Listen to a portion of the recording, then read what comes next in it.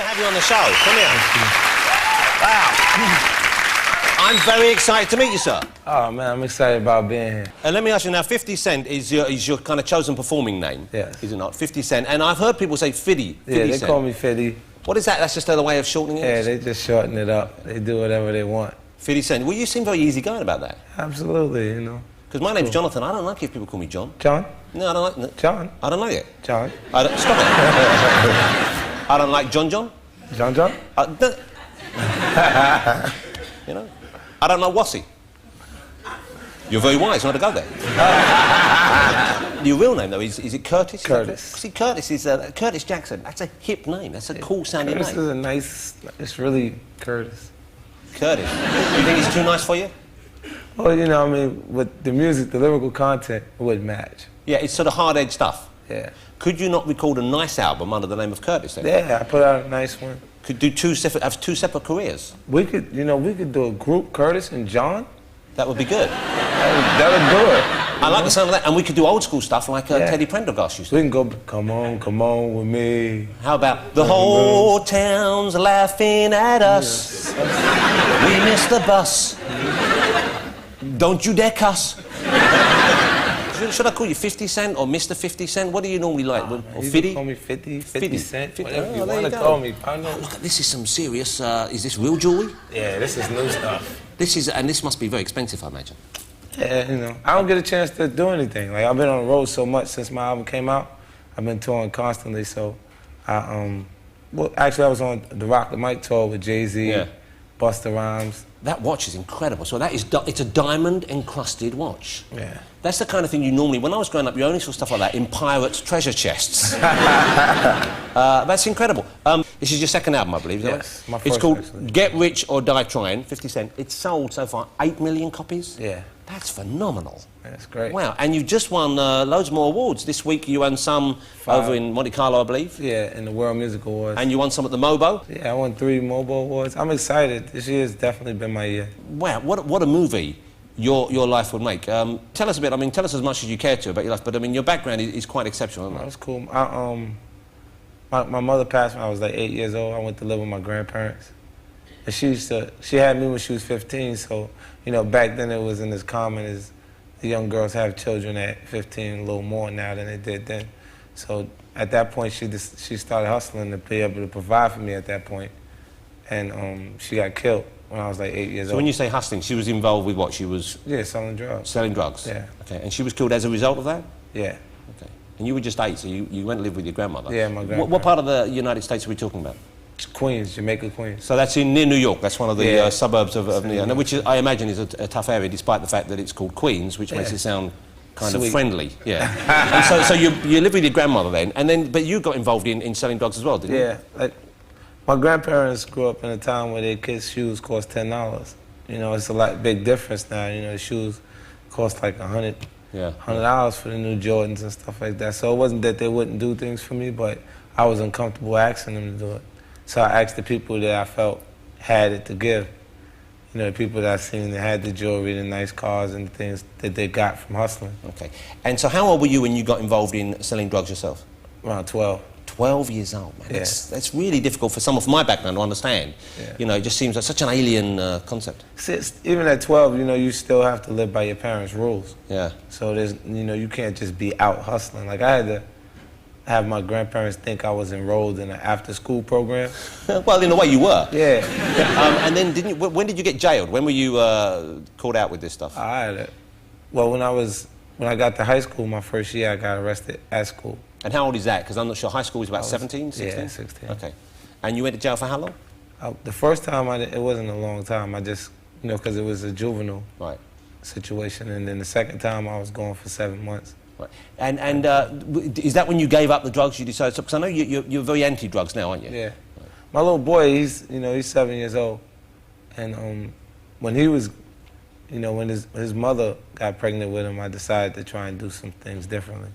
Let me ask you about other aspects of life, because you've been shot. How many times have you been shot? 9 times. 9 times. Yeah, it was only one situation, though. It was one... Well, yeah, okay.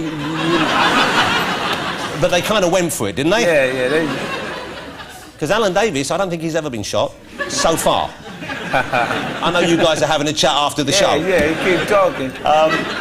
9 times, okay. So you wear a bulletproof vest now most of the time, I believe. Yeah, in the States, just because I've been shot myself, you know, and I've seen Tupac and Biggie Smalls situation where all their wounds were inflicted in areas that would have prevented their death if they had. Yeah, because it's mainly the body shots here. Do you wear anything over the what we call the family jewels in this country? Oh, nah, you know what, I kind of got that covered. Have you? There you go. You immediately, you hit the pose. Immediately, I hit the... Wow. I hope Alan's taking notes out there. Where were you shot? Which part of the body? Where did the bullet Oh, man, I got shot in my hand. My thumb came out of my hand, my face. Shot in the face? Yeah. And where did that come out? Like the two. Wow, oh my goodness, there's a hole there. Yeah. I don't know why I'm surprised the bullet went through there, but it's alarming. Yeah, it kind of changed my voice too, and this is the voice that sells 8 million records, so I think everything happens for a reason. What a positive outlook to have. You get shot right in the face, and you say, well, you know what, hey, we have something in common. Yeah. I have a slight speech impediment, you won't have noticed yeah, that, it's barely recognizable. You have a W. Yeah, that's right. A what? Don't start now.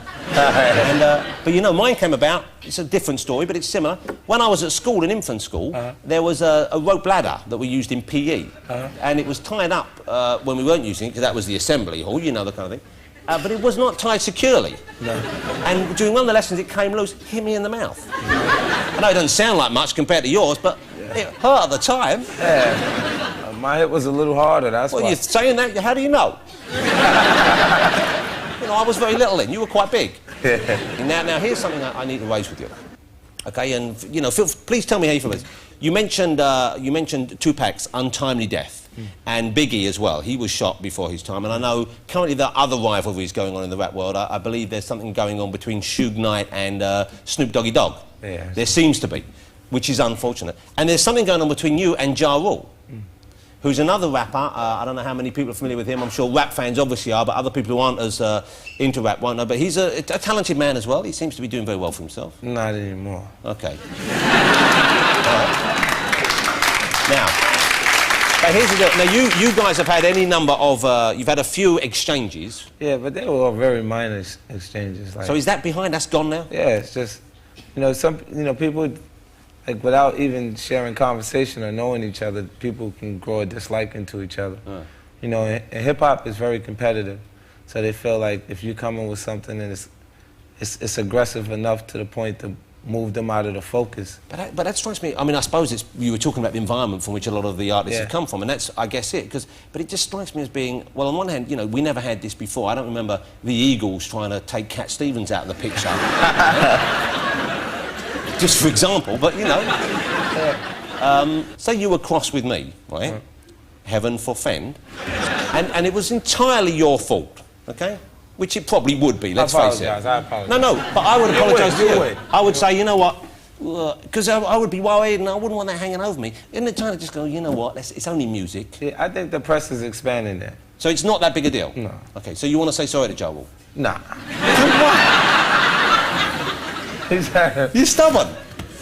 I'm not going to say sorry. If I was your dad... Yeah, that would be a surprise for both of us, wouldn't it? I'm probably old enough.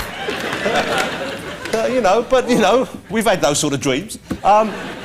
You know, it's like I've got my little boy, and when my kids argue sometimes, you can see they just get so entrenched, and you must have seen this with your little boy and his friends, and you can go, man, sort it out, you've got to stop fighting like this. And sometimes when I see, you know, mainly rap artists, I think, I so don't want to see anyone else getting hurt in that way. Yeah, it's not even that serious. I think the press, because they've had prior situations that... Looking to blow it up. Yeah. Are you performing over here? Are you going to be gigging while you're over here, or are you going to come back and do that? Actually, I've been touring. This is my second time being in London. Right. I toured with Eminem over here on the anger management tour. Right. And I'm back out here by myself now. I'm going to come and see you when you're next in town. I'd love to come and see you live. I saw Eminem last time. He was great on stage. It was such a big venue, though. He was so far away. Yeah. Like, if I saw a friend that far away, I wouldn't have waved at him. That's how far away he was. I'm going to come along, and I'm going to bring my own G unit with these fellas. Can I just move your necklace, because it's hooked on your microphone? And look at the size of that. Wow, pure zirconia. Where do you get that stuff from? Hey, man, I pay a lot of money for these diamonds. You go call them zirconia. What kind of ballpark figure are we talking here? What? 250. £250. 250,000 American dollars. $250,000. Yeah. I got a watch that Em and Dre bought me when I turned in my album. Wow. As a gift, it cost about $700,000. Well, I guess they know they're going to make that kind of money back. Yeah, they made it back big time already. There's serious money to be made in this business. I want some more gifts after all this money I made. Let me just ask you, when you go through an airport, here's something I want to ask you. With that amount of money worth of money, do you put it in the same little tray we put our stuff in, and then just it disappears? Not the same tray, but I run what if it didn't come out the other side? What do you? And I'll be waiting for it. You'll be reaching in there, imagine, aren't you? You pass it through with one hand and get it out with the other. I'll make sure we get it. A real pleasure to meet you. Thank you so much for coming on. And here's the good news. 50 is going to perform with G-Unit, I guess. Yeah. Going to perform the new single PIMP at the end of the show. We look forward to it. Thank you so much for coming on. A pleasure to meet you. Thank you for coming on. Welcome to Friday Night with me, Jonathan Ross. Welcome to Alan Carr, China!